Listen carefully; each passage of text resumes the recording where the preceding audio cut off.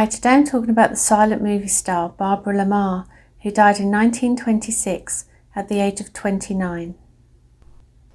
Barbara La Marr was an American silent movie actress and screenwriter. She was born Reatha Dale Watson on the 28th of July, 1896, in Yakima, Washington, to newspaper editor William Watson and Rosanna, known as Rose, Watson. Barbara would later claim she was born in Richmond, Virginia. Her mother had been married before and had a son, Henry, and a daughter, Violet, from that marriage.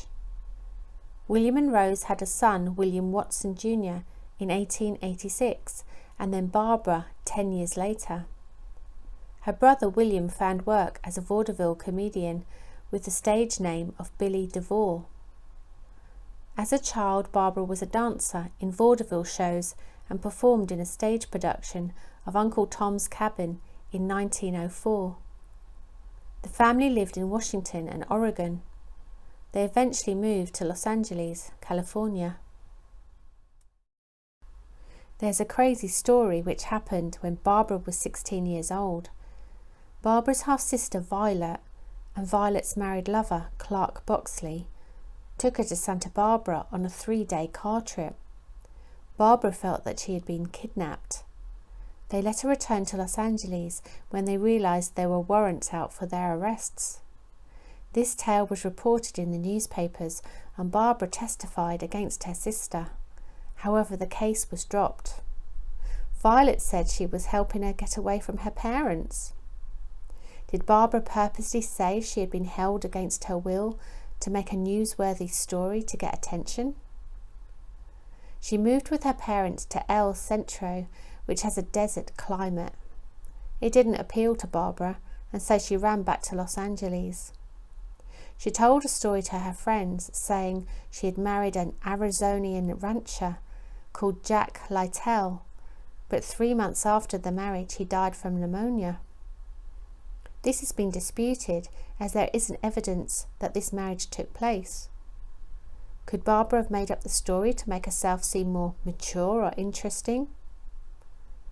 When she was younger than 18 years old, she was dancing in burlesque shows and she was arrested for underage exotic dancing. During the court case, the judge said she was too beautiful to be alone and unprotected in the city. Reporter Adela Rogers St. John wrote an article entitled "The Too Beautiful Girl" about Barbara, and she became known as the girl who is too beautiful. In 1914, Barbara married her first official husband, Max Lawrence. He was actually Lawrence Converse, who was already married and had children. He was arrested on bigamy charges. Some reports state that he had a brain injury and couldn't remember marrying Barbara. He died the same year due to surgery because of a blood clot in his brain. Barbara changed her name from her original name of Reatha Watson to Barbara La Marr and found work as a dancer on the stage and in other venues. Husband number 2 was dancer Philip Ainsworth, whom she married in 1916. It was another short-lived union. He ended up being arrested and imprisoned for passing forged checks. Husband number 3 was actor and composer Ben Dealey. They married in 1918. He appeared in silent movies and composed the song That Kleptomaniac Rag in 1913. They divorced in 1923. He died the following year from double pneumonia at the age of 46. When Barbara was married to Ben, she started writing screenplays for the Fox Film Corporation under the name of Folly Loyal. She supported herself by writing screenplays and dancing. Rudolph Valentino was apparently one of her dance partners. Newspaper tycoon William Randolph Hearst published articles about her dancing in his newspaper, the San Francisco Examiner. When Barbara was writing for the United Artists Studio, actress Mary Pickford is supposed to have remarked that she was too beautiful to be behind a camera. Therefore, Barbara made her film debut in the 1920 silent movie Harriet and the Piper. She appeared in about 27 movies in her career. She was in the film The Nut and played the part of My Lady de Winter in The Three Musketeers in 1921. Here is a photo of the cast of The Three Musketeers. On the bottom row from the left, Douglas Fairbanks is the third person in, and Mary Pickford is the fourth person in. And Barbara is in the middle row. She's the second one in from the right. She was in The Prisoner of Zenda in 1922 and Trifling Women in 1922 with Ramon Novarro. I've made a video about Ramon. She acted with Lionel Barrymore and Bert Lytell in The Eternal City in 1923, which had Italian dictator Benito Mussolini appearing in a cameo role. Here she is with Bert Lytell. Barbara married her last husband, husband number 4, actor Jack Doherty, in 1923. Barbara was still married to Jack at the time of her death, although they were separated. His name is misspelt on this poster. He spelt his name with an O, not an A. He killed himself by carbon monoxide poisoning in 1938 at the age of 42. She was paired again with Ramon Novarro in the 1924 movie Thy Name is Woman. She was in the movie Sandra, also in 1924, which she starred in and co-wrote. It was about a woman who had 2 personalities.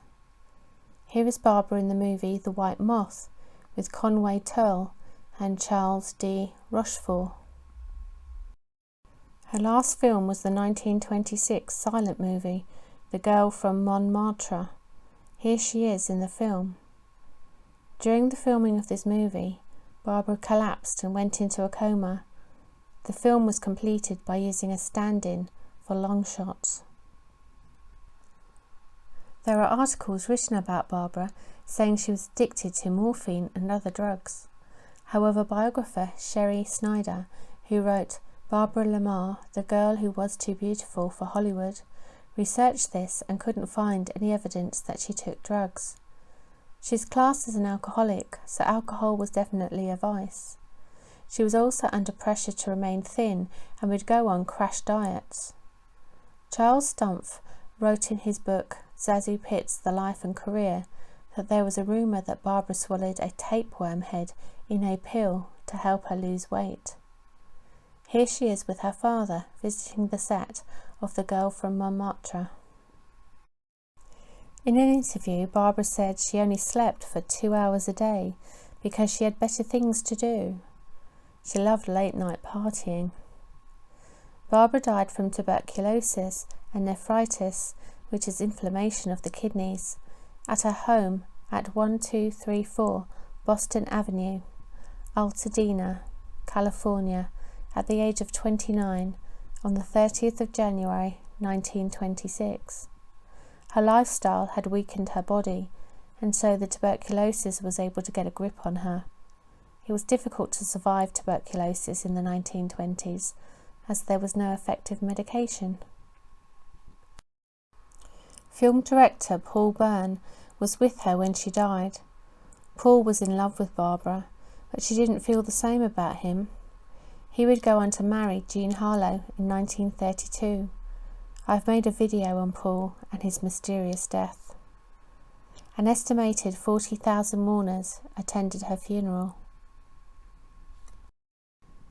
Barbara had given birth to a baby boy in 1922.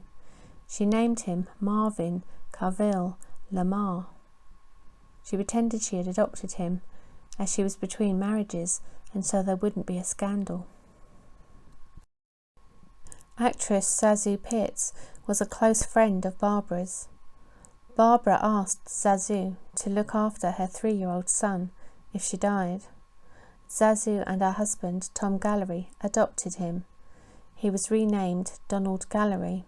He would grow up and serve in the US Army Air Corps. He died in 2014 at the age of 92. Here is ZaSu. He thought Paul Bern was his father, but this was later disproved. I find it strange that she gave him the name Carville. Barbara had a dance partner called Robert Carville, who she was also romantically involved with in 1915. So did he perhaps come back into her life? Louis B. Mayer, head of MGM Studios, changed Austro-Hungarian actress Hedwig Kiesler to Hedy Lamarr as a tribute to Barbara. Louis's wife was a fan of Barbara's. She was placed in a wall crypt, number 1308, in the Cathedral Mausoleum in the Hollywood Forever Cemetery in Hollywood, Los Angeles, California. Her inscription reads, "With God in the joy and beauty of youth."